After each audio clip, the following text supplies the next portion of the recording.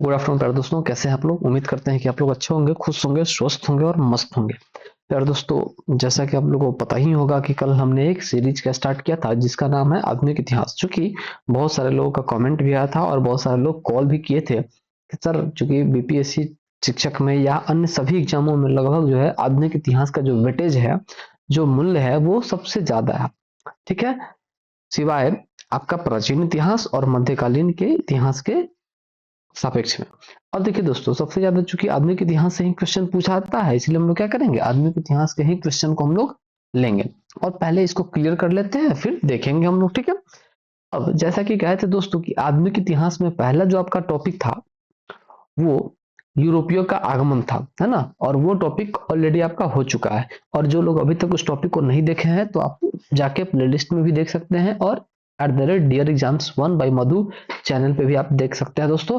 और जो लोग अभी तक भी सब्सक्राइब नहीं किए हैं, प्लीज आप लोग अभी तक नहीं सब्सक्राइब किए हैं तो इस चैनल को सब्सक्राइब कर लीजिए, ताकि आपको क्या हो, समय समय पे नोटिफिकेशन भी मिलता रहे और आपको एक बेहतर गाइडलाइन जो है वो मिलता रहे। ठीक है, चलिए दोस्तों, तो बिना किसी देर का हम लोग क्या करते हैं, अपने इस सेशन का शुरुआत करते हैं और देखते हैं कि क्या क्या है। और दोस्तों, आज चूंकि ये टॉपिक दो टॉपिक है, क्षेत्रीय राज पंजाब एवं मैसूर, और दूसरा है गवर्नर जनरल और वायसराय। तो प्यारे दोस्तों, चूंकि ये दो तीन टॉपिक का एक टॉपिक मिला के है तो थोड़ा सा बड़ा होगा, लेकिन खैर कोई बात नहीं है। क्योंकि ये क्वेश्चन यहाँ से लगभग आपका मान के चलिए कि 5 से 7 नंबर का क्वेश्चन यहाँ से आता है। इसलिए जो लोग अभी देख के ही स्किप कर रहे हैं, तो भाई साहब फिर कोई फायदा है नहीं, तो यहीं पे स्टॉप कर दीजिए। ठीक है, इसलिए इसको पूरा ही देखिए ताकि आपको बेहतर समझ में आएगा। चलिए तो हम लोग देखते हैं, स्टार्ट करते हैं।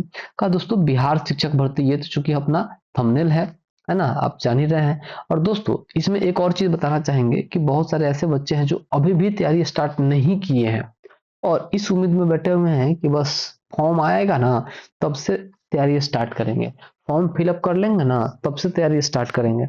और उस चक्कर में क्या होता है कि फॉर्म आया और उसके बाद सोचता है कि फिर एग्जाम से 4 दिन पहले तैयारी करना स्टार्ट करेंगे, और ना वो चीज हो पाता है और ना ही आप तैयारी कर पाते हैं। इसलिए उन चक्करों में बिल्कुल ना पड़े और एकदम आंख बंद करके आप अभी से ही तैयारी स्टार्ट करना कर दीजिए। मतलब आंख बंद करने का मतलब ये नहीं कि हाँ आंख मूंद कर एकदम कि सारा काम को एकदम छोड़कर अभी आप अपने पढ़ाई पे फोकस करने लगी।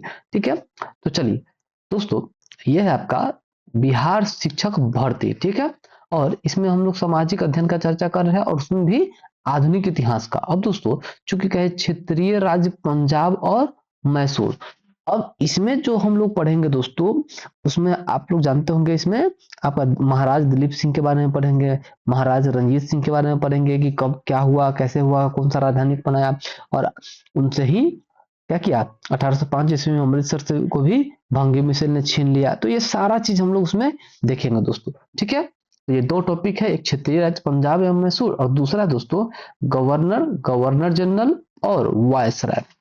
ये भी बहुत महत्वपूर्ण टॉपिक है दोस्तों। और ये मान के चलिए कि लगभग यहाँ से 5 नंबर आपका पूछा ही जाता है, कई बार यहाँ पे 7 नंबर भी पूछा जाता है। ठीक है, ठीक है दोस्तों, जो लोग अभी इस क्लास को देख रहे हैं तो आप इस चीज को मान लीजिए दोस्तों कि अगर आप अभी तक कुछ भी नहीं जानते हैं तो आप यहाँ से भी देख रहे हैं, इसका मतलब कि आपको यहाँ से भी बेहतर समझ में आने वाला है। ठीक है, तो चलिए दोस्तों, अब हम लोग क्या करते हैं, अपने सेशन का शुरुआत करते हैं। अब है दोस्तों, क्षेत्रीय राज्य पंजाब एवं मैसूर। कहा दोस्तों कि रंजीत सिंह का जन्म 13 नवंबर 1780 ईस्वी को शुकरचकिया मिसल के मुखिया महासिंह के घर हुआ था। प्यारे दोस्तों, अब यहाँ पे दो क्वेश्चन, एक तो रंजीत सिंह का जन्म कब हुआ, तो प्यारे दोस्तों रंजीत सिंह का जन्म कब हुआ था, तो 13 नवंबर 1780 ईस्वी को। ठीक है, और कहेगा किसके यहाँ, तो जो शुकरचकिया मिसल था दोस्तों, उसी के मुखिया महासंघ के यहाँ हुआ था दोस्तों। अब कहा कि महाराजा रणजीत सिंह और अंग्रेजों के बीच 25 अप्रैल 1809 को अमृतसर की संधि हुई थी। जो रंजीत सिंह थे महाराजा, उनके और अंग्रेजों के बीच जो संधि हुई थी अमृतसर की, वो 25 अप्रैल 1809 को हुई थी दोस्तों। ठीक है, मतलब 1780 में जन्म लेते हैं और 1809 में उन दोनों के बीच में संधि होता है। उसने 1818 ईस्वी में मुल्तान, 1819 ईस्वी में कश्मीर और 1834 ईस्वी में पेशावर को जीता। किसने? तो रणजीत सिंह का बात कर रहा है। 1798 ईस्वी में जामन शाह ने पंजाब पर आक्रमण कर दिया। एक व्यक्ति थे जामन शाह, वो क्या करता है कि रणजीत सिंह के शासनकाल में ही क्या करता है, पंजाब पे आक्रमण कर देता है। और कहा दोस्तों कि जामन शाह जब वापस जाता है तो उस समय उसकी तोप जो थी वो चिनाब नदी थी वहां पे गिर जाता है, उसी नदी में गिर जाता है। रंजीत सिंह का बयान रहता है कि रंजीत सिंह ने उन्हें निकलवा कर और वापस भिजवा दिया, मतलब जामन सिंह के यहाँ भिजवा दिया, ठीक है। और उस सेवा के बदले जामन शाह ने उसे लाहौर पर अधिकार करने की अनुमति दे दी। तो यार दोस्तों कई बार क्या होता है, कोई इतना आपका सेवा करने लगेगा कि आप मजबूर होकर एकदम उसके प्रेम में आप ये हो जाइएगा, है ना, एकदम क्या कहते हैं उसको, एकदम प्रेम में घुल जाइएगा आप उसके, है ना। तो वही चीज है जो एक्चुअली एक्चुअली क्या था, जो चिनाब नदी में उसका तोप गिर गया था उसको निकलवा कर और रंजीत सिंह उसको भिजवा दिए जामुन शाह के यहाँ, ठीक है। और इससे वो प्रसन्न होकर क्या करता है, जामुन शाह उसको लाहौर पर अधिकार करने का अनुमति दे देता है। 1799 ईस्वी में रंजीत सिंह ने तत्काल लाहौर पर अधिकार कर लिया, और जैसे ही उनको कहा रंजीत सिंह ने क्या किया, 1799 ईस्वी में ही क्या किया, रंजीत सिंह ने तत्काल लाहौर पर अधिकार कर लिया तथा उसे अपनी राजधानी भी बनाया। जामन शाह ने उन्हें राजा की उपाधि दी और लाहौर को अपना सूबेदार मान लिया। दोस्तों जामन शाह ने क्या किया, राजा को उपाधि दे दिया और लाहौर को अपना सूबेदार मान लिया, ठीक है। चलिए नेक्स्ट है दोस्तों, कहा कि उसने 1805 ईस्वी में अमृतसर को भी भंगी मिसल से छीन लिया। यार दोस्तों 1805 ईस्वी में भंगी मिसल से क्या किया, अमृतसर को छीन लिया। तत्पश्चात पंजाब को राजनीतिक राजधानी लाहौर, जो पंजाब पंजाब का जो राजनीतिक राजधानी था दोस्तों वो लाहौर को, और धार्मिक राजधानी अमृतसर, दोनों ही उसके अधीन आ गई। किसके? तो महाराजा रंजीत सिंह के अधीन आ गई। तो कई बार ये भी पूछ देता है कि पंजाब का राजनीतिक राजधानी क्या है, तो लाहौर, ध्यान रखिएगा दोस्तों। और ये एकदम अत्यंत आवश्यक क्वेश्चन में से एक आता है, ये भी आई है। जैसे ही कहे दोस्तों कि पंजाब का राजनीतिक राजधानी तो लाहौर हो जाएगा, और धार्मिक राजधानी तो प्यारे दोस्तों ये अमृतसर हो जाएगा। अब कहा दोस्तों कि रंजीत सिंह एक योग्य शासक थे। प्यारे दोस्तों स्वाभाविक है कि पहले जो योग्यता का प्रमाण मिलता था वो लड़ाई से, युद्ध से, युद्ध जीतने से मिलता था, एक बेहतर रणनीति से मिलता था, न कि एक क्या डायनेस्टी सिस्टम से मिलता था, ठीक है। तो ये रंजीत सिंह क्या थे, योग्य शासक थे। कहा कि उन्होंने कहा था कि ईश्वर की इच्छा थी कि मैं सभी धर्मों को एक निगाह से देखूं, इसलिए उसने दूसरी आंख की रोशनी ले ली। यार दोस्तों चूंकि महाराजा रंजीत सिंह जो थे दोस्तों वो एक्चुअली एक ही आंख से देख पाते थे, और इसी कारण से उन्होंने अपना इच्छा क्या व्यक्त किया था कि ईश्वर का इच्छा था कि मैं सभी धर्मों को एक निगाह से देखूं, मतलब एक समान देखूं, और इसीलिए उसने दूसरी आंख की रोशनी छीन ली। ये एक तरह से क्या है, अपना दुख व्यक्त करते हुए भगवान का प्रशंसा करना है दोस्तों।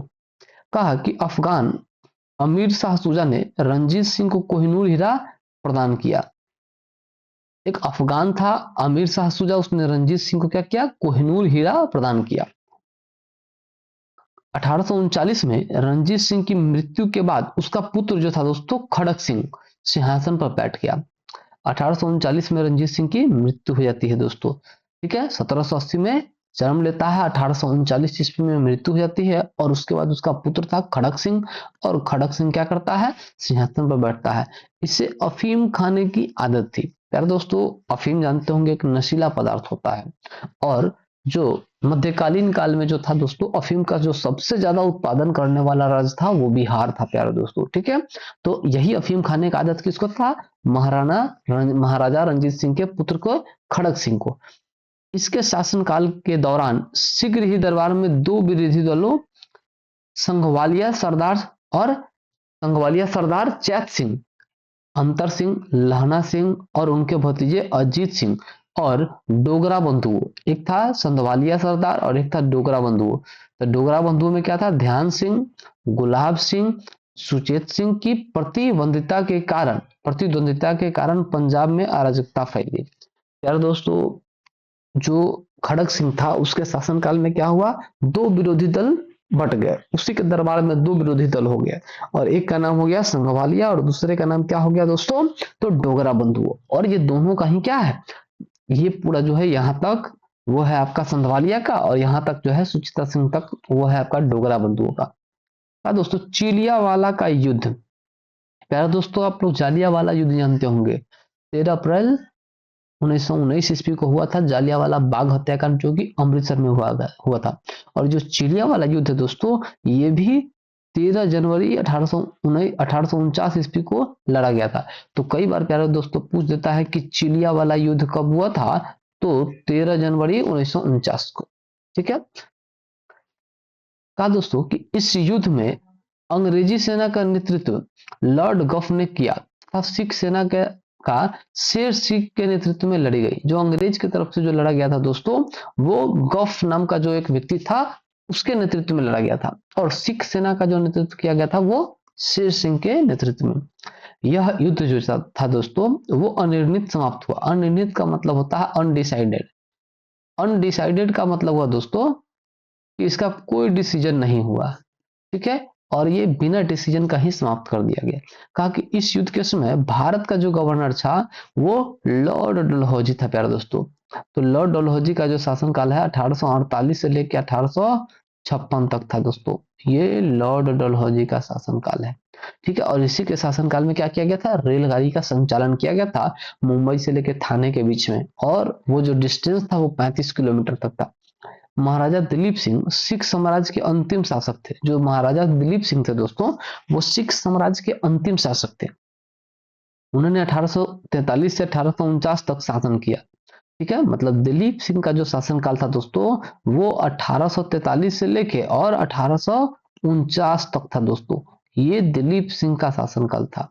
ठीक है, और कहेगा कि कब, तो ये उस समय जो कौन था जनरल, तो लॉर्ड डलहौजी था। दिलीप सिंह ने सिख धर्म छोड़कर ईसाई धर्म को अपनाया था। इन्होंने रूस की यात्रा भी की थी। दिलीप सिंह क्या किया, सिख धर्म को छोड़ दिया और ईसाई धर्म को अपना लिया। और ये व्यक्ति रूस की भी यात्रा किए थे। कहा कि इनका निधन 23 अक्टूबर 1893 को पेरिस फ्रांस में हो गया था। दिलीप सिंह का जो मृत्यु था दोस्तों, निधन था, वो 23 अक्टूबर 1893 को पेरिस फ्रांस में हो गया। इनकी जो अंत्येष्टि इंग्लैंड में की गई थी। ये मृत्यु हुई थी, इनकी मृत्यु कहां पे हुई थी, तो फ्रांस में। ध्यान रखिएगा, दिलीप सिंह की मृत्यु हुई थी 23 अक्टूबर 1893 को फ्रांस में, पेरिस फ्रांस में। लेकिन इनकी अंत्येष्टि, अंत्येष्टि का मतलब होता है दोस्तों फ्यूनरल। का मतलब हो गया क्या चीज, अंत्येष्टि आप लोग समझ रहे होंगे, है ना, अंतिम जो क्रियाकलाप होता है वो होता है। ठीक है, 1849 ईस्वी में द्वितीय आंग्ल सिख युद्ध की समाप्ति पर अंग्रेजों द्वारा पंजाब का विलय कर लिया गया तथा दिलीप सिंह को पेंशन देकर बाद में ब्रिटेन भेज दिया गया। 1849 में क्या करता है, द्वितीय आंग्ल सिख, जो आंग्ल मतलब अंग्रेज, अंग्रेज सिख युद्ध जब होता है दोस्तों, तो उसकी समाप्ति के बाद क्या करता है, अंग्रेज द्वारा पंजाब का क्या किया, अपने राज्य में विलय कर लिया। और विलय करके क्या करता है, दिलीप सिंह को पेंशन भोगी। पेंशन भोगी का मतलब फिर दोस्तों वही हो गया कि एक राजा को राज्य से हटाकर और उसको मात्र पैसा देकर पेंशन भोगी बना दिया गया। ठीक है, और उसको ब्रिटेन भेज दिया गया। पंजाब के ब्रिटिश साम्राज्य में विलय के बाद लॉर्ड डलहौजी ने वर्ष 1849 में पंजाब पर शासन करने के लिए 3 लोगों को एक परिषद गठन किया था, जिसमें से सर हेनरी लॉरेंस को अध्यक्ष तथा जॉन लॉरेंस तथा चार्ल्स ग्रेविल मॉन्सेल के सदस्य के रूप में नियुक्त किया था। प्यारे दोस्तों, पंजाब को, पूरे पंजाब में जो नियंत्रित करने के लिए जो व्यक्ति था, वही 3 था। कौन कौन, तो सर हेनरी लॉरेंस, और अध्यक्ष था जेम्स जॉन लॉरेन और चार्ल्स ग्रेविल मॉन्सेल। नेक्स्ट है दोस्तों, कहा कि प्रथम आंग्ल मैसूर युद्ध। प्यारे दोस्तों, अब ये बहुत इंपॉर्टेंट हो गया। ये क्वेश्चन आपसे पूछता है कि प्रथम आंग्ल मैसूर युद्ध कब हुआ था, तो 1767 से लेकर 1769 में हुआ था। और इस युद्ध में हैदर अली विजय हुआ। प्यारे दोस्तों, ये बहुत इंपॉर्टेंट है। आंग्ल मैसूर युद्ध में क्या हुआ था, 1767 से 1769, और इस युद्ध में हैदर अली क्या हो गया, विजयी हुआ। मतलब हैदर अली जीत गया दोस्तों। और इस दौरान अंग्रेज गवर्नर वेरेलेस्ट था। इस दौरान जो युद्ध लड़ा गया, उसमें जो अंग्रेज गवर्नर था वो वेरेलस्ट था। कहा कि युद्ध 4 अप्रैल 1769 में मद्रास की संधि द्वारा समाप्त हुई। युद्ध जो है दोस्तों, ये प्रथम आंग्ल मैसूर युद्ध जो कि स्टार्ट हुआ था 1767 से 69 में, ये जो समाप्त हुआ कब, तो 4 अप्रैल 1769 को और यह मद्रास की संधि के द्वारा समाप्त होता है। तो कभी कहे कि दोस्तों कि प्रथम अंगल मैसूर युद्ध कब स्टार्ट हुआ, तो 1767 से लेकर 1769 में समाप्त हो गया और मद्रास की संधि के तहत समाप्त हुआ था दोस्तों। का द्वितीय अंगल मैसूर युद्ध 1780 से 1784। यार दोस्तों ये भी इंपॉर्टेंट है, इसका जितना भी युद्ध होगा, 4 युद्ध चारों इंपॉर्टेंट है। तो द्वितीय अंगल मैसूर युद्ध 1780 से लेकर 1784 के दौरान, और हैदर अली ने निजाम तथा मराठों के साथ मिलकर अंग्रेजों के विरुद्ध एक मोर्चा बनाया। इसमें क्या किया हैदर अली, 1780 से 84 में जो युद्ध लड़ा द्वितीय अंगल मैसूर युद्ध, उसमें हैदर अली ने क्या किया, निजाम का भी सहायता लिया हैदराबाद का, और मराठा का क्या किया, मराठा के साथ भी अंग्रेजों का विरोध एक मोर्चा बनाया। जुलाई 1780 में हैदर अली ने कर्नाटक पर आक्रमण कर दिया। जुलाई 1780 क्या करता है, 1780 में हैदर अली क्या करता है, कर्नाटक पर आक्रमण कर देता है तथा कर्नल बेली के अधीन अंग्रेजी सेना को हराकर अर्काट पर अधिकार कर लिया। अब इसमें क्या करता है कि कर्नाटक पर आक्रमण करता है और कर्नल बेली था उस समय वहां का अंग्रेज अधिकारी, और उसको क्या करता है, हराकर, और जो कर्नाटक में अर्काट था उस पर अधिकार कर लिया। इस दौरान टीपू ने हेक्टर मुंडो की सेना को पोली पोलीलूर नामक स्थान पर हरा दिया।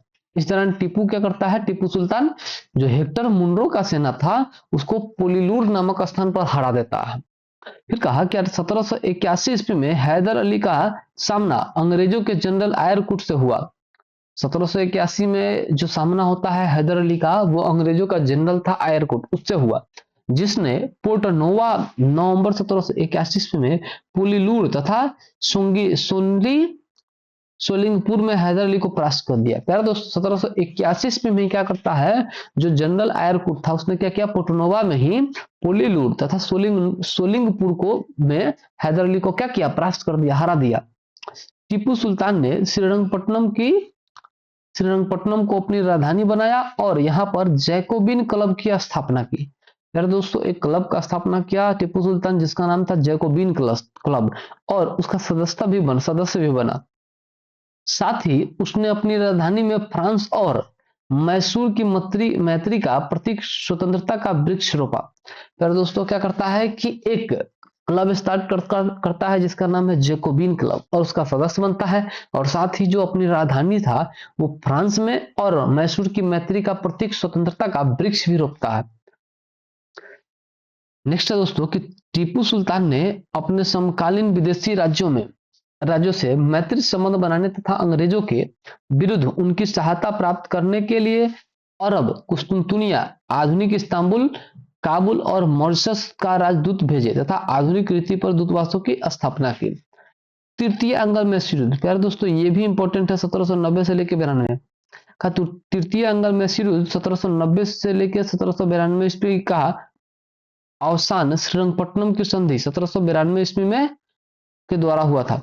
यार दोस्तों सबसे पहला जो अंगल मैसूर अंगल युद्ध हुआ था वो 1767 से लेकर 1769 ईस्वी में, और 1769 ईस्वी में मद्रास की संधि के द्वारा समाप्त किया गया। और द्वितीय अंगल मैसूर युद्ध होता है 1780 से लेकर 1784 में, और तृतीय अंगल मैसूर युद्ध होता है 1790 से लेकर 92 में श्रीरंगपट्टनम की संधि के द्वारा उसको समाप्त किया था।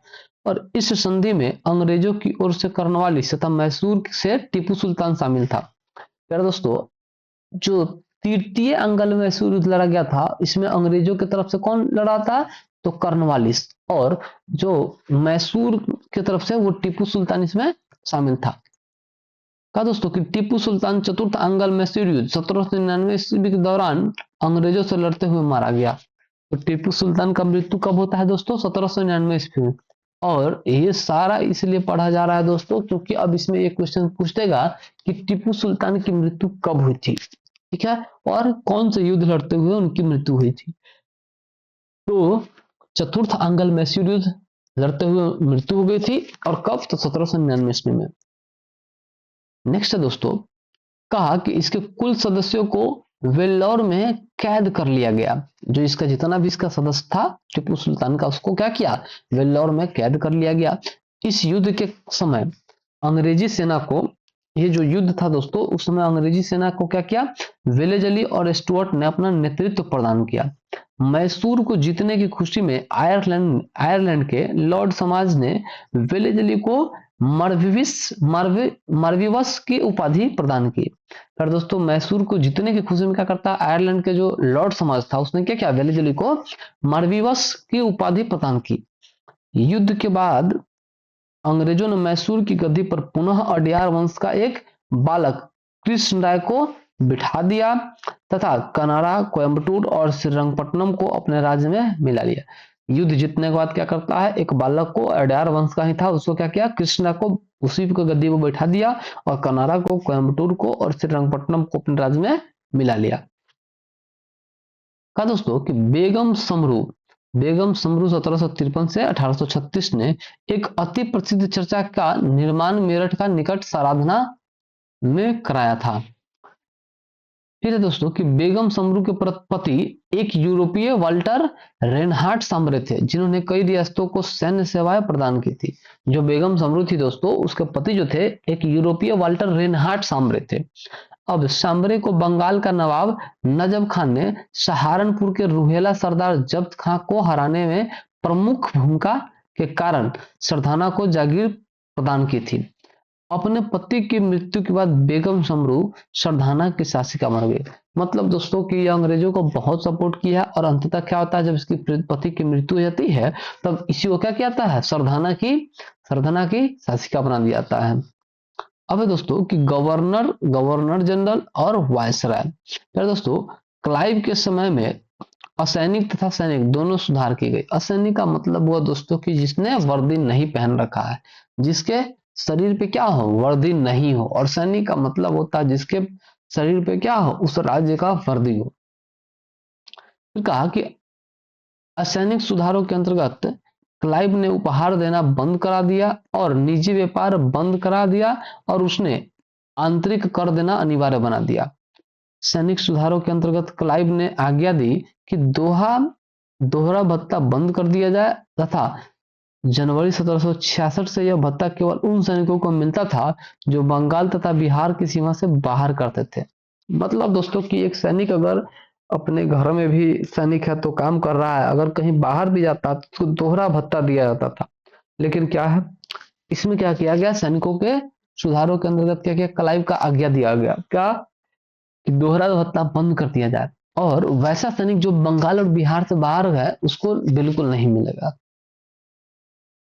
सॉरी, उन सैनिकों को मिलता था जो बंगाल और बिहार की सीमा से क्या हो, सीमा से बाहर कार्य करते थे। कहा कि प्रशासनिक सुधार के अंतर्गत हेस्टिंगस ने सर्वप्रथम 1772 ईस्वी में कोर्ट ऑफ डायरेक्टर्स के आदेशानुसार बंगाल में द्वैध शासन को समाप्त कर दिया। मतलब क्लाइव क्या करता है दोस्तों, द्वैध शासन का स्थापना करता है और हेस्टिंगस क्या करता है, इसको 1772 ईस्वी में इसको समाप्त कर देता है और राजकीय कोषागार का स्थानांतरण मुर्शिदाबाद से कलकत्ता कर दिया। जो राजकीय कोषागार था दोस्तों, जो मुर्शिदाबाद में था, उसका क्या कर दिया गया,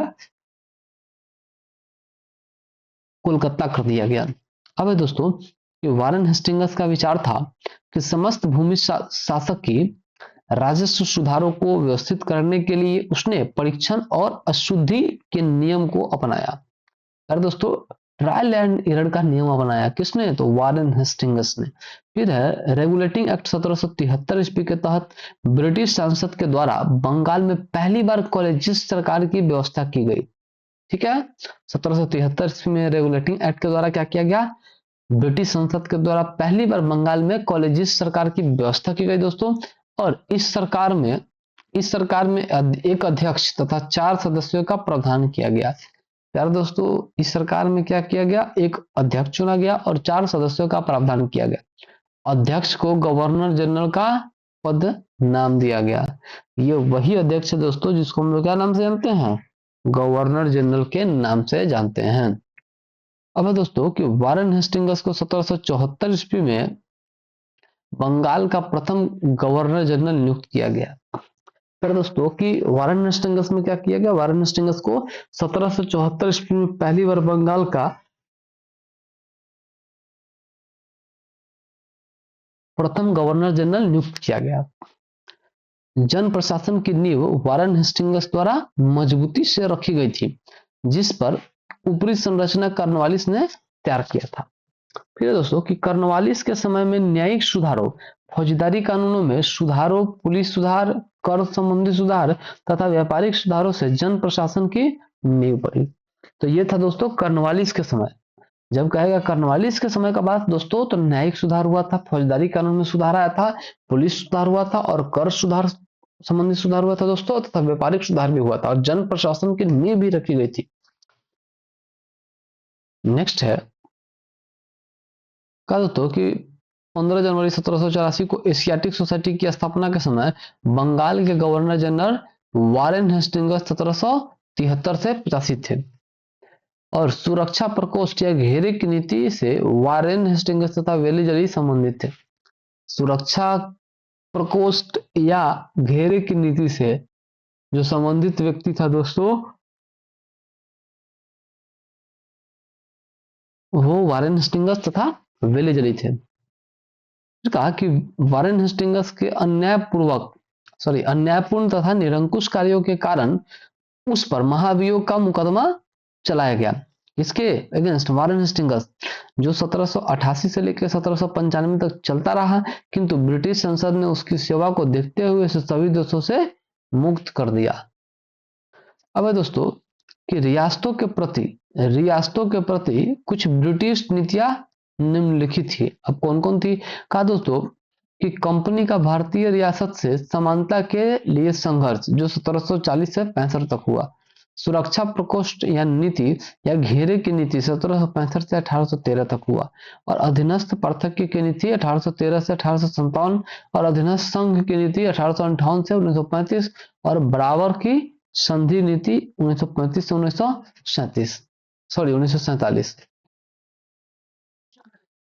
फिर दोस्तों कि दीवानी और फौजदारी कचहरियों के श्रेणीबद्ध संगठन के जरिए न्याय प्रदान करने का एक नई व्यवस्था की नींव अंग्रेजों ने रखी। ठीक है, जो दीवानी था और फौजदारी कचहरी को श्रेणीबद्ध जो एकदम सुदृढ़ संगठन को एकदम न्याय प्रदान करने के लिए एक नई व्यवस्था का नींव रखा था। किसने? तो अंग्रेज ने दोस्तों। अब कहा कि इस व्यवस्था को वारेन हेस्टिंग्स ने आरंभ किया, मगर कर्नवालिस ने 1793 में इसे और सुदृढ़ बनाया। क्या करता है कि भाई साहब वारेन हेस्टिंग्स 1793 में इसका स्थापना करता है, लेकिन आरंभ करता है, लेकिन शक्ति कलेक्टर के हाथों में केंद्रित था।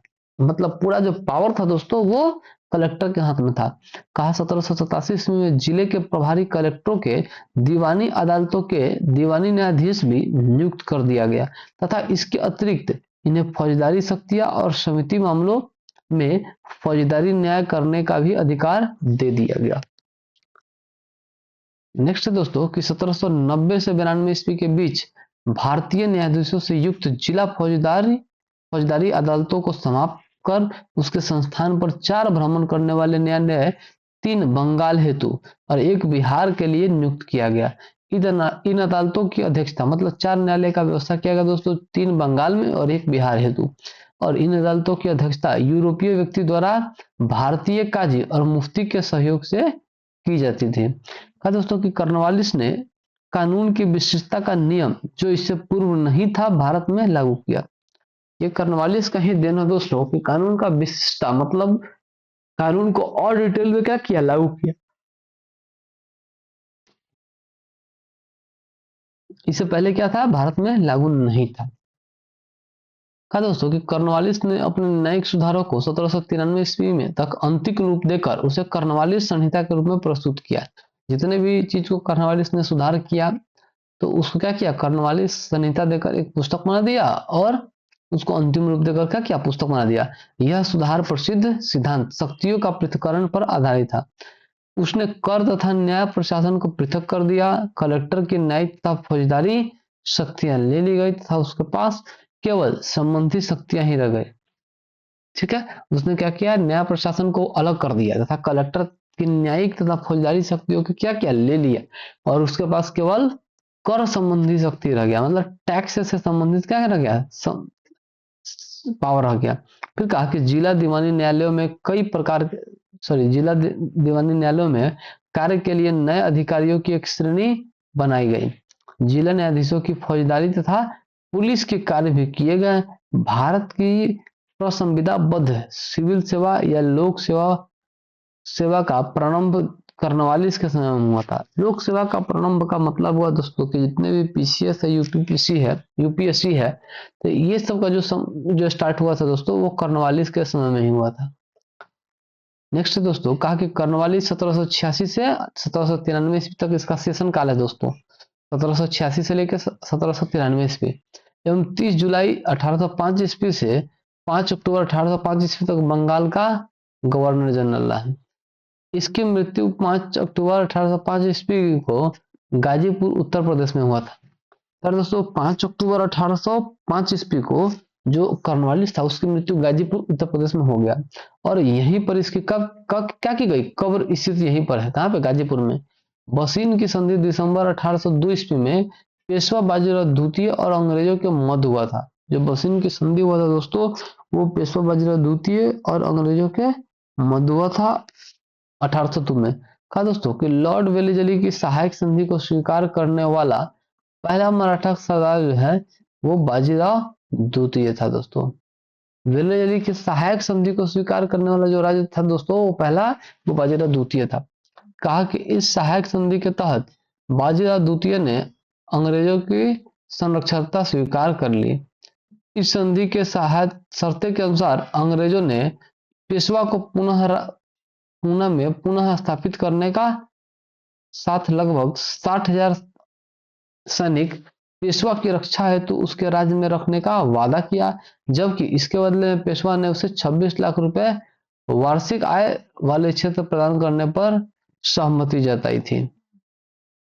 कहा दोस्तों कि लॉर्ड वेलेजली 1798 से 1805 ईस्वी ने भारतीय राज्यों को अंग्रेजी राजनीतिक परिधि में लाने के लिए सहायक संधि का प्रणाली प्रयोग किया गया। यार दोस्तों, लॉर्ड वेलेजली क्या करता है, 1798 से लेकर 1805 ईस्वी तक भारतीय राज्य को अंग्रेजी राजनीतिक परिधि में लाने के लिए क्या किया, मतलब ताकि उसको अंग्रेजों के अंडर में आ जाए, उसके रणनीति के लिए वो सहायक संधि प्रणाली स्टार्ट करता है। अब दोस्तों कि उसने सहायक संधि अस्वीकार नहीं किया। इस प्रणाली का अस्तित्व तो पहले से ही था, वह क्रमिक रूप से विकसित हुई। संभवतः डुप्ले प्रथम यूरोपीय था जिसने अपनी सेना किराए पर भारतीय राजाओं को दी। यार दोस्तों, ये चीज बहुत इंपॉर्टेंट है। कहा कि डुप्ले पहला ऐसा व्यक्ति था जिसने क्या किया, अपनी सेना को भारतीय राजाओं को क्या करता है, भाड़े पर देता है। मतलब सेना को भाड़ा पर देता है और पैसा कहां से देगा, पैसा देगा भारत सरकार। और किसको, तो डुप्ले को, अंग्रेज को।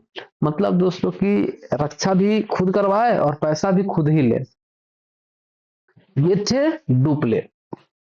फिर है दोस्तों कि अंग्रेजों ने भी यह प्रणाली अपनाई। प्रथम सहायक संधि 1765 ईस्वी में 12 अगस्त 1765 ईस्वी में अवध के साथ की गई और जब कंपनी ने निश्चित धन के बदले उनकी सीमाओं को रक्षा करने का वचन दिया था दोस्तों। कहा कि वेलेजली द्वारा विशिष्ट रूप से परिवर्तित सहायक संधि को स्वीकार करने वाले राज्य थे। कौन कौन राज्य थे, तो हैदराबाद थे 1798 ईस्वी में। यार दोस्तों, जो हैदराबाद था वो 1798 ईस्वी में था, ठीक है।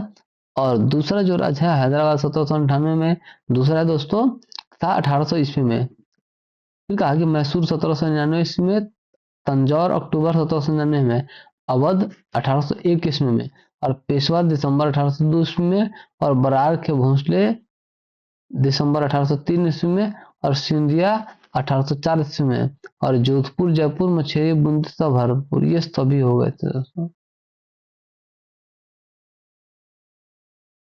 फिर है दोस्तों, कहा कि विलियम बेंटिंग ने जुलाई 1828 ईस्वी में गवर्नर जनरल का कार्यभार संभाला। यार दोस्तों, विलियम बेंटिंग के ही शासनकाल में बहुत महत्वपूर्ण काम हुआ। क्या चीज, सती प्रथा का समाप्त किया। और ये राजा राम मोहन राय के सहयोग से ही सती प्रथा का क्या किया गया था, अंत किया गया था।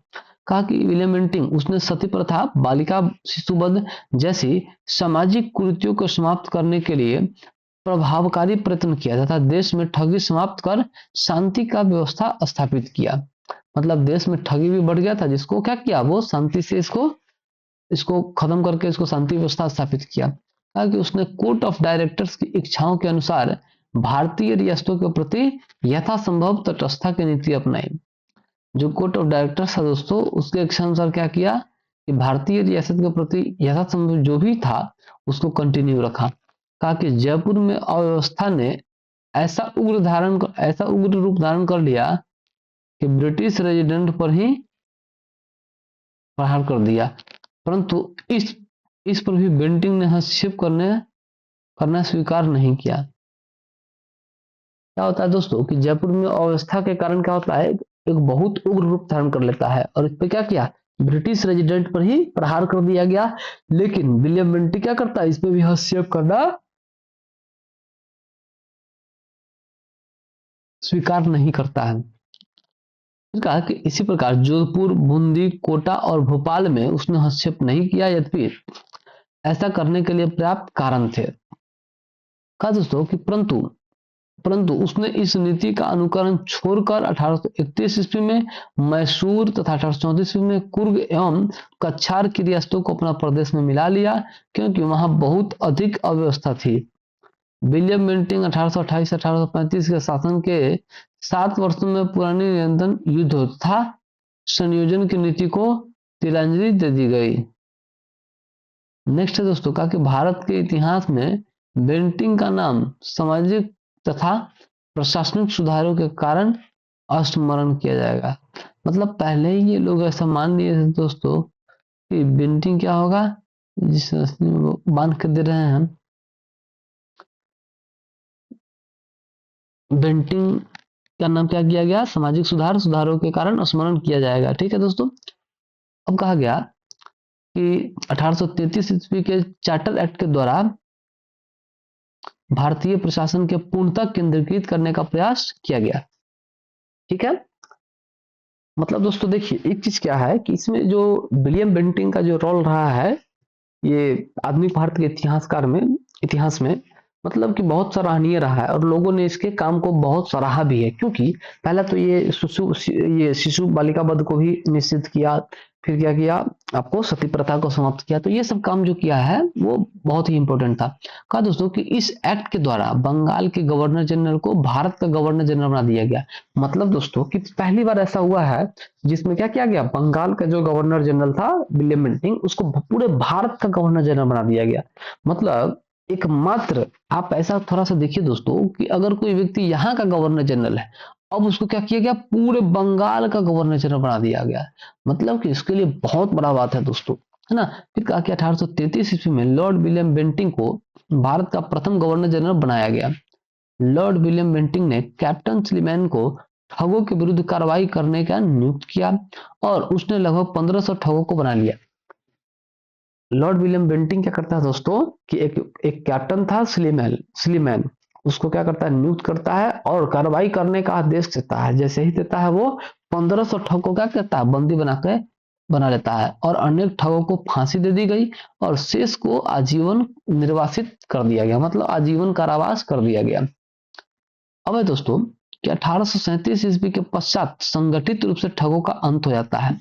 यार दोस्तों, जैसे ही कहीं भी अगर कोई हादसा होता है तो क्या होगा, अगर हादसा कोई कर रहा है, अगर वहां का कानून कठोर होगा, किसी को फांसी दे दे, किसी का मौत का सजा दे दे और किसी को क्या हो, आजीवन कारावास दे दे, तो क्या हो जाएगा, उसको वो ऑटोमेटिक वहां का जो भी अपराध है वो कम होना स्टार्ट हो जाएगा। स्वाभाविक है कि किसी भी देश में अगर कुशल रणनीति, अगर कुशल कठोर सजा नहीं मिला जाए तो क्या होगा, वहां का अपराध का संख्या बढ़ते ही चला जाएगा।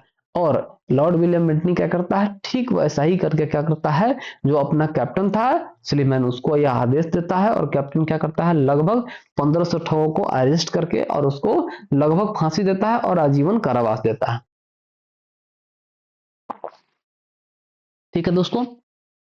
चलिए, अब कहा दोस्तों कि 1789 ईस्वी की घोषणा द्वारा बंगाल से दासों का निर्यात बंद कर दिया गया। 1811 ईस्वी एवं 1823 ईस्वी में दासों के संबंध में कानून बनाए गए। 1833 ईस्वी के चार्टर एक्ट में दासता को शीघ्र अतिशीघ्र समाप्त करने का गवर्नर कानून बनाने को कहा गया दोस्तों। 1843 ईस्वी में समस्त भाग में दासता वायज घोषित कर दिया गया। फिर दोस्तों 1843 में क्या किया गया, सभी भाग में, भारत के हर कोना में क्या किया गया, दास था। दासता का मतलब हो गया कि दास प्रथा, किसी को आप दास बना के नहीं रख सकते हैं, और उसको क्या किया गया, बंद कर दिया गया पूरी तरह से। अब है दोस्तों, कहा गया 1860 ईस्वी में भारतीय दंड संहिता के अंतर्गत दासता को अपराध घोषित कर दिया गया। आंग्ल नेपाल युद्ध 1814 से 16 ईस्वी में लॉर्ड हेस्टिंग्स के गवर्नर जनरल के काल 1813 से 23 ईस्वी में हुआ था, जो 1816 ईस्वी के सगौली की संधि से समाप्त हुआ था दोस्तों। 1854 ईस्वी में सुलेमान के स्थान पर जेम्स आउटरम को अवध का ब्रिटिश रेजिडेंट बनाया गया दोस्तों। ठीक है, उसने कहा कि अवध का प्रशासन बहुत दूषित है और जनता की अवस्था बहुत शोचनीय है। जो सुलेमान के स्थान पे आउटरम को बनाया गया था दोस्तों, वो क्या कहता है कि अवध का जो प्रशासन है बहुत दूषित है और जनता का क्या है, अवस्था बहुत शोचनीय है, मतलब बहुत बुरा बताया। अब का दोस्तों कि आउटरम, भाई साहब आउटरम की रिपोर्ट को फरवरी 1856 में अवध के अधिग्रहण का आधार बनाया गया। मतलब देखिए अंग्रेज कितना तेज था दोस्तों, कि अंग्रेज ये जानता था कि हम किसी न किसी तरह से क्या करेंगे, उसका राज्य को अपने साम्राज्य में मिला लेंगे तो कोई भी हम पे आक्रमण नहीं करेगा, और यही नीति अपनाकर क्या करता है, यह अधिग्रहण का आधार बनाता है। जैसे आउटरम का रिपोर्ट के अकॉर्डिंग क्या किया, अवध पे थोप दिया, और अवध का कहा गया कि अवध का वातावरण बहुत दूषित है और वहां का जो जनता है वो बहुत बुरी तरह से त्रास्त है, और यही कहकर क्या करता है अंग्रेज उसको अपने राज्य में अधिग्रहण कर लेता, और इसी चीज को क्या किया गया, बेस बनाया गया। लॉर्ड डलहौजी 1848-1856 जो कि हम बता चुके हैं, ने अवध का नवाब वाजिद अली शाह पर कुशासन का आरोप लगाकर 13 फरवरी 1856 को उसको उसका अंग्रेजी राज्य में विलय कर लिया। मतलब जो वाजिद अली शाह का जो था उस पर भी अवध का क्या किया, कुशासन का आरोप लगा के और उसको भी अपने में कर लिया। अवध के अतिरिक्त डलहौजी के व्यापक सिद्धांत के अंतर्गत विलय किए गए जो प्रदेश था दोस्तों, वो था सतारा 1848 में, जोधपुर संभलपुर 1849 में, बघाट 1850 में, उदयपुर 1852 ईस्वी में, झांसी 1853 ईस्वी में, नागपुर 1854 में, करौली 1855 में। कोर्ट ऑफ डायरेक्टर्स ने करौली के व्यापक के प्रस्ताव को अस्वीकार कर दिया दोस्तों। अब देखिए ये भी आपका इंपॉर्टेंट है, क्यों, क्योंकि इसमें कई बार पूछ चुका है कि झांसी को डलहौजी ने अपने व्यापक सिद्धांत के तहत कब मिलाया। तो प्यारे दोस्तों यही झांसी ना है, मतलब 1853 को। तो फिर से एक बार देख लेते हैं, कहा कि अवध के अतिरिक्त डलहौजी के व्यापक सिद्धांत के अंतर्गत विलय किए गए जो प्रदेश थे वो थे, पहला कौन, सतारा 1848, सतारा 1848, जो जैतपुर संभलपुर 1849, बघाट 1850, उदयपुर 1852, झांसी 1853, नागपुर 1854 और करौली 1855। दोस्तों ये आप ध्यान रखिएगा। फिर कहा कि भारत में रेल का निर्माण के दिशा में प्रथम प्रयास जो किया गया था वो ब्रिटिश गवर्नर डलहौजी द्वारा किया गया था। और दोस्तों प्रथम रेलवे लाइन 1853 ईस्वी में बम्बई से थाने के बीच में डलहौजी के समय में चलाई गई थी। तो प्यारे दोस्तों कितना किलोमीटर, तो यही 34 किलोमीटर कई जगह लिखा होता है और कई जगह 35 किलोमीटर होता है। तो 34 किलोमीटर हो तो 34, नहीं तो 35 तो 35, ठीक है, और दोनों रहेगा तो 34 टिक करिएगा। अब कहा दोस्तों कि रेल यात्रा का प्रारंभ ग्रेट इंडियन पेनिनसुला रेलवे द्वारा किया गया था। जो रेलवे यात्रा का जो प्रारंभ किया गया था दोस्तों, देखिए रेल का जो रेलवे लाइन का जो जरूरी है कि हाँ रेलवे लाइन का जो बिछाया गया था वो रेलवे लाइन का स्टार्ट किया गया था 1853 में बंबई से था, लेकिन जो रेल यात्रा का जो प्रारंभ किया गया दोस्तों वो ग्रेट इंडियन पेनिनसुला रेलवे से किया गया। का भारत में रेलवे के विकास का मुख्य उद्देश्य कच्चे माल को देश के आंतरिक भागों से बंदरगाहों तक ले जाना था। नेक्स्ट है दोस्तों, कहा कि इसका दूसरा उद्देश्य सेना को दूर दराज क्षेत्रों तक पहुंचाना भी था ताकि ब्रिटिश शासकों के प्रति होने वाले किसी भी विद्रोह को सरलता से कुचला जा सके। प्यारे दोस्तों अभी देखते हैं होता क्या है, मान ली कि कहीं जम्मू कश्मीर में कोई क्या हो गया, कोई हंगामा हो गया, तो उसको क्या है दिल्ली से जम्मू कश्मीर भेजने के लिए ज्यादा जद्दोजहद करने का जरूरत नहीं है। क्यों, क्योंकि गवर्नमेंट के पास ट्रेन ऐसा सुविधा है, अभी तो खैर फ्लाइट भी है लेकिन तब नहीं था, है ना, तो उसमें इसलिए रेल का संचालन किया गया ताकि क्या हो आसानी से वहां पे पहुंच गए और वहां जो उपद्रवी है उसको कुचला जा सके। यहाँ पे उपद्रवी या जो विद्रोह को कर रहा है विद्रोही, इसका मतलब है कि वो भारतीयों से तुलना कर रहा है दोस्तों। कहा कि रेल का सर्वाधिक विस्तार जो है 1900 ईस्वी के आसपास में लॉर्ड कर्जन के समय में हुआ था। जो सबसे ज्यादा जो रेल का विस्तार हुआ दोस्तों वो लॉर्ड कर्जन के समय में हुआ था। कब? तो 1900 ईस्वी में। ब्रिटिश भारतीय राज्य क्षेत्र के अंतिम प्रमुख विस्तार डलहौजी के समय में हुआ था दोस्तों। डलहौजी से पूर्व सार्वजनिक निर्माण का कार्य एक सैनिक बॉर्डर पर था। डलहौजी से जो पूर्व सार्वजनिक निर्माण का कार्य एक सैनिक बोर्ड पर था। कहा कि इसके कार्यकाल में पहली बार अलग सार्वजनिक निर्माण विभाग बनाया गया और सार्वजनिक उपयोग के कार्य के लिए बहुत सा धन व्यय किया जाने लगा।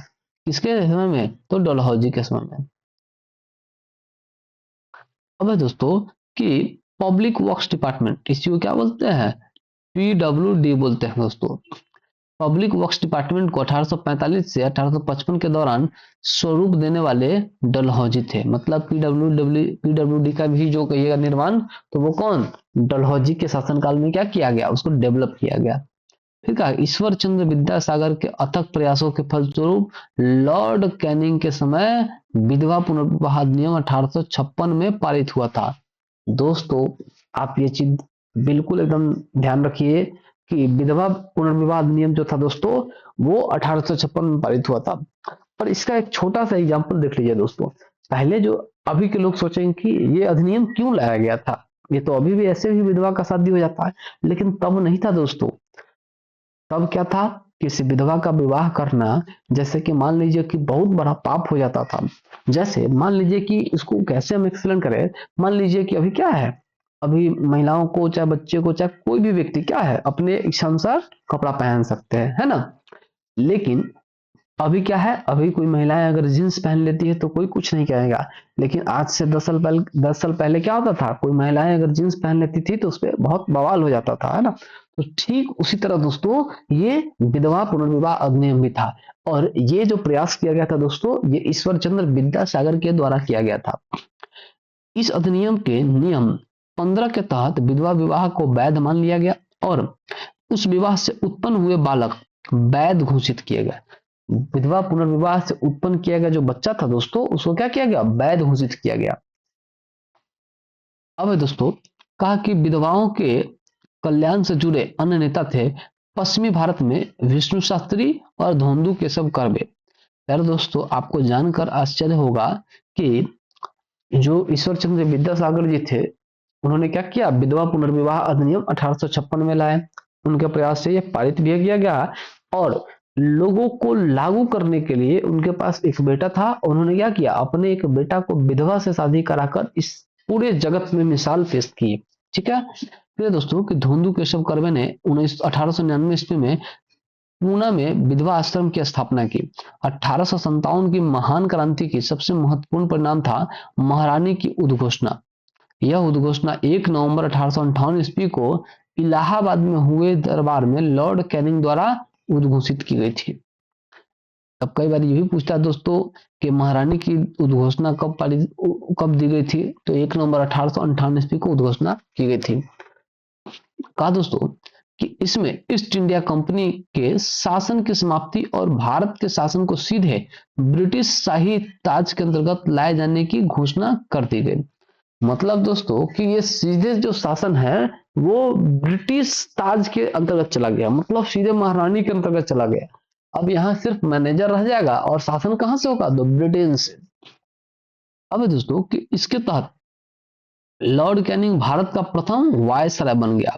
मतलब दोस्तों कि ये क्या है? प्रथम वायसराय बन गया, फर्स्ट वायसराय भी बन गया।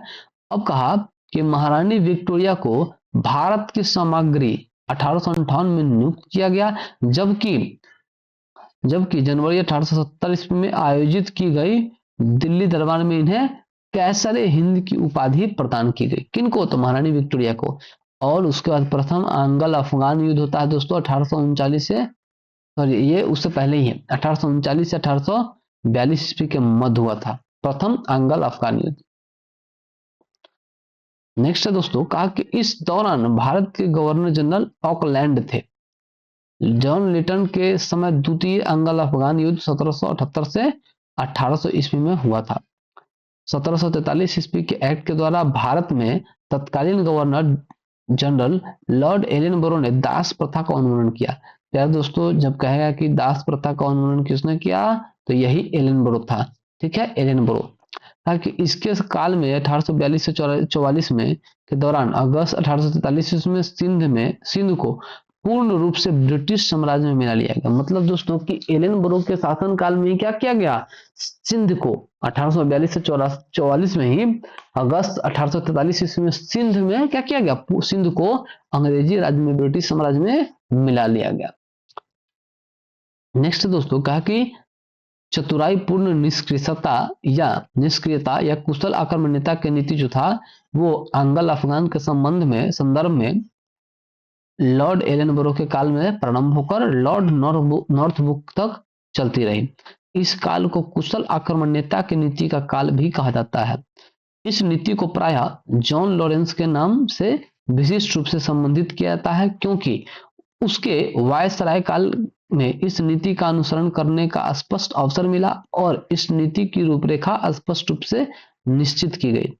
कुशल आक्रमण्यता, इसको क्या बोलते हैं, मास्टरली इनएक्टिविटी बोलते हैं दोस्तों। कुशल आक्रमण्यता शब्द का JW S वाइली ने एडिनबरा रिव्यू के एक लेख में प्रयोग किया है।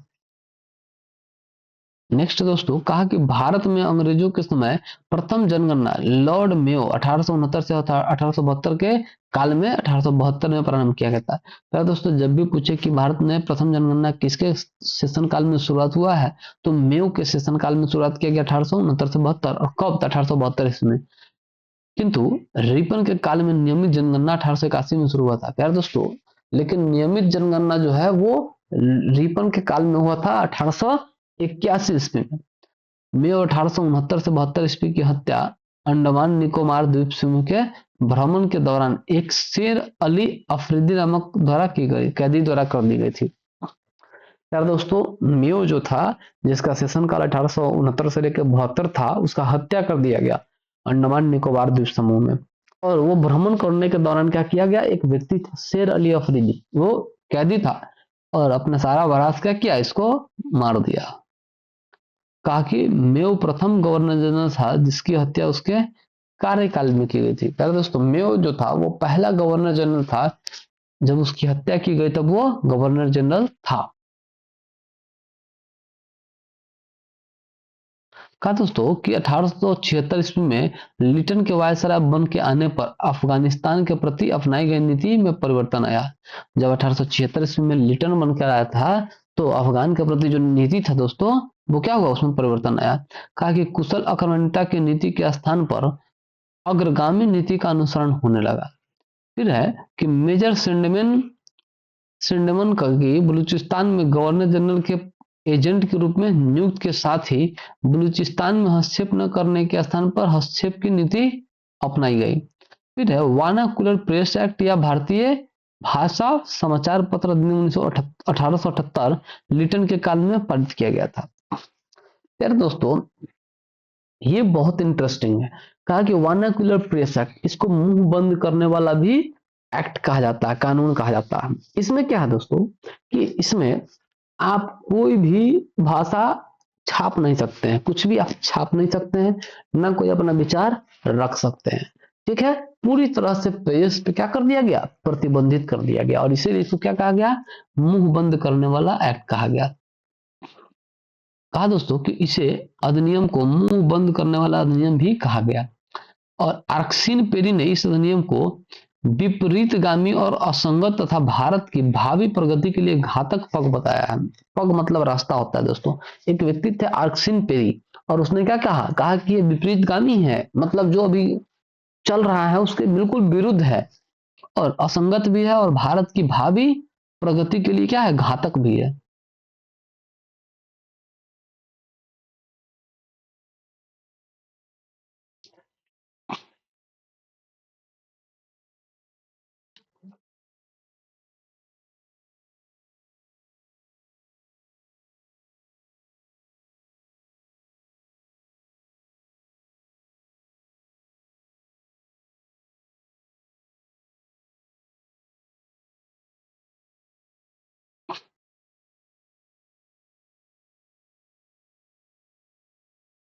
चलिए फिर दोस्तों, तो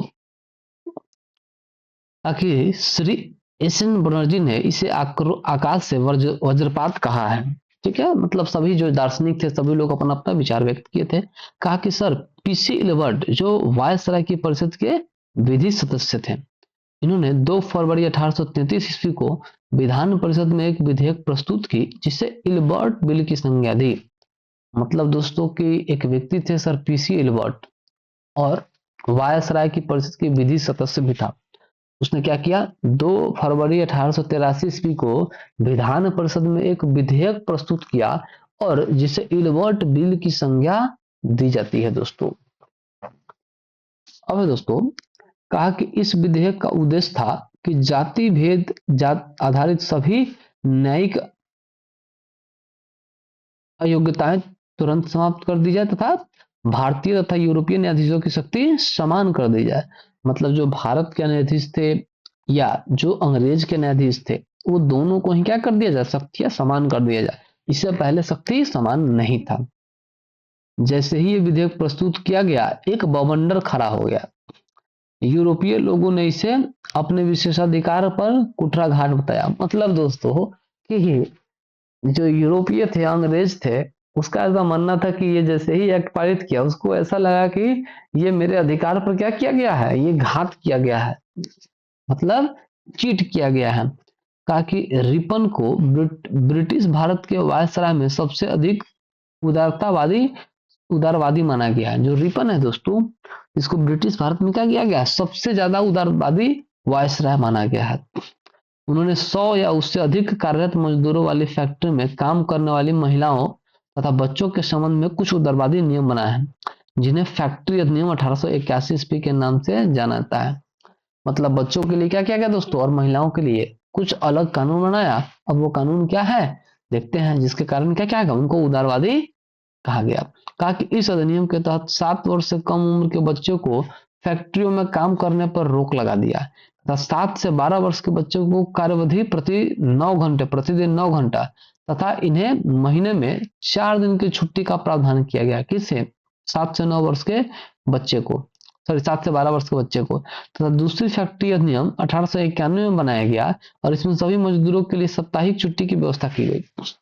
मतलब दोस्तों कि पहला जो फैक्ट्री अधिनियम 1881 में बनाया गया, उसमें 7 से कम उम्र के बच्चों को क्या किया गया, फैक्ट्री में काम करने की अनुमति से रोक लगा दिया गया। और 7 से 12 वर्ष के बच्चों को क्या किया गया, उसको मैक्सिमम 9 घंटे तक काम कर सकता था और उसके बाद महीना में उसको 4 छुट्टी देने का प्रावधान किया गया।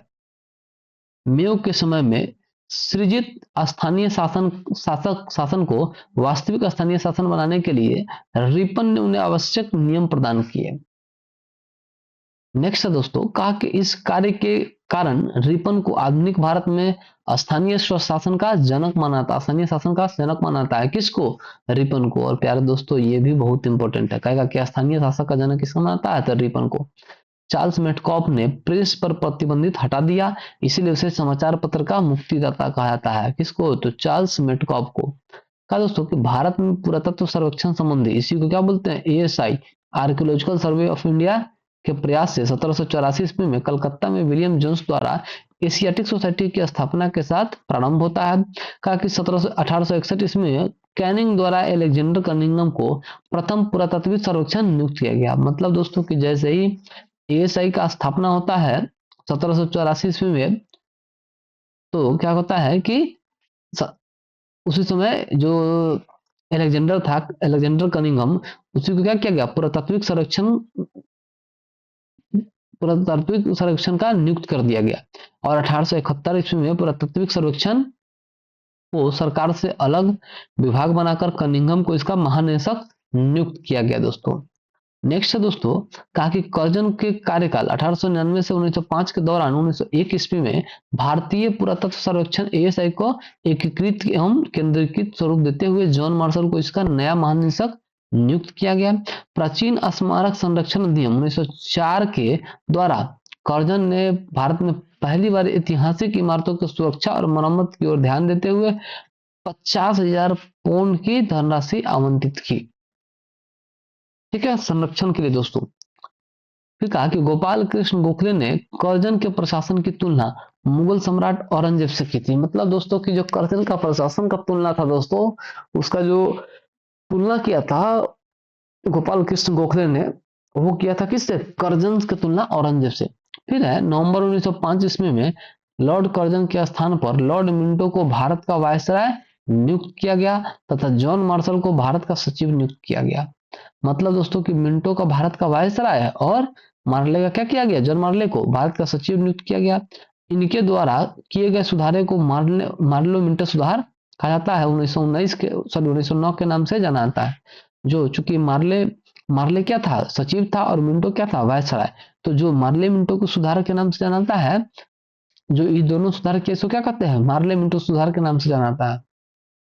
इस अधिनियम के द्वारा मुसलमानों के लिए पृथक मताधिकार तथा पृथक निर्वाचन क्षेत्र की व्यवस्था की गई। दोस्तों इसमें क्या किया गया? मुस्लिमों को अलग वोट देने का अधिकार कर दिया गया, उसको अलग विधानसभा, अलग सब कुछ अलग करने का, चुनाव में भाग लेने का अधिकार कर दिया।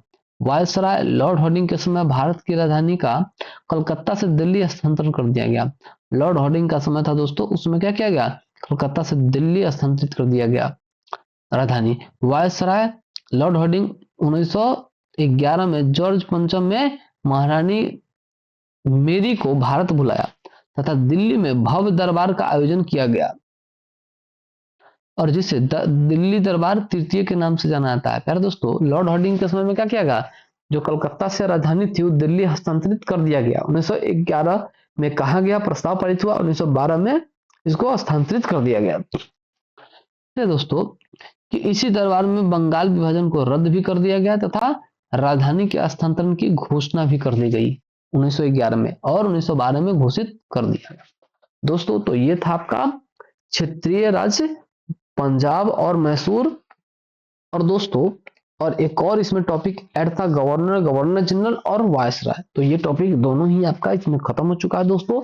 और प्यारे दोस्तों उम्मीद कर रहे हैं कि आप सभी अभी mock test, previous year question ये सब बना रहे होंगे।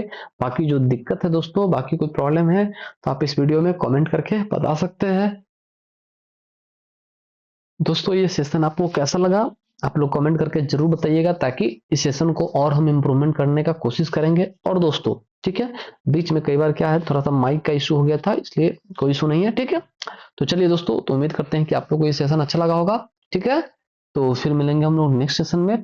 तब तक के लिए दोस्तों आप लोग ऐसे ही हंसते रहिए, मुस्कुराते रहिए और अपने तैयारी में लगे रहिए। दोस्तों एक चीज और कहना चाहेंगे, प्यारे दोस्तों अभी तक जिन्होंने तैयारी स्टार्ट नहीं किया है तो अभी से स्टार्ट कर दीजिए, क्योंकि आपको कोई नहीं कहेगा दोस्तों कि आप तैयारी करिए नहीं करिए, इससे किसी को कोई फर्क नहीं पड़ने जा रहा है।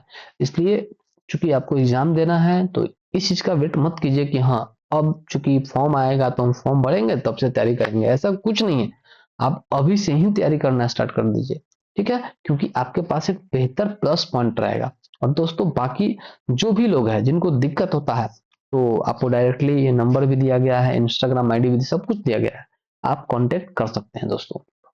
ठीक है, तो बाकी और भी सब्जेक्ट के लिए दोस्तों हम कहेंगे कि मैथ के लिए है तो मैथ के लिए आप प्रैक्टिस करते रहिए। साइंस के लिए है तो साइंस का भी हम एक बुक बताएंगे दोस्तों, एसपीडी है, एसपीडी को आप कंटिन्यू पूरा पढ़िए, है ना।